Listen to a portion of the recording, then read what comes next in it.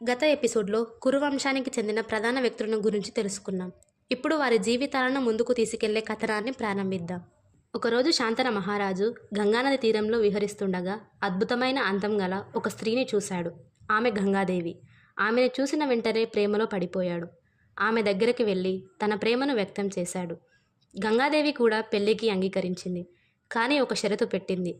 నన్ను ఎప్పటికీ ప్రశ్నించకూడదు, నేను ఏది చేసినా నన్ను ఆపకూడదు.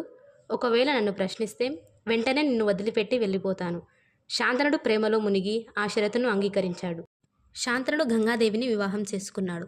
కొద్ది కాలం తర్వాత వారికి ఒక పుత్రుడు జన్మించాడు. కానీ ఆ బాలుడిని వెంటనే గంగానదిలో ముంచేసింది. రాజు ఆశ్చర్యపోయాడు. కానీ గంగ షరతు గుర్తొచ్చి ప్రశ్నించలేదు.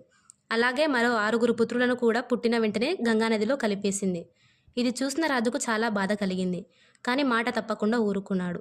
7వ పుత్రుడు పుట్టినప్పుడు కూడా ఆమె అదే చేయబోతుండగా శాంతనుడు తట్టుకోలేక, ఇదేంటి, నువ్వు మన పిల్లలను ఎందుకు చంపుతున్నావు అని ప్రశ్నించాడు. గంగాదేవి అలా ముంచడానికి గల కారణం ఏమిటి, షరతుని తప్పినందుకు గంగాదేవి ఏం చేయబోతుంది అని తెలుసుకోవడానికి తరువాయి ఎపిసోడ్ కోసం వేచి ఉండండి.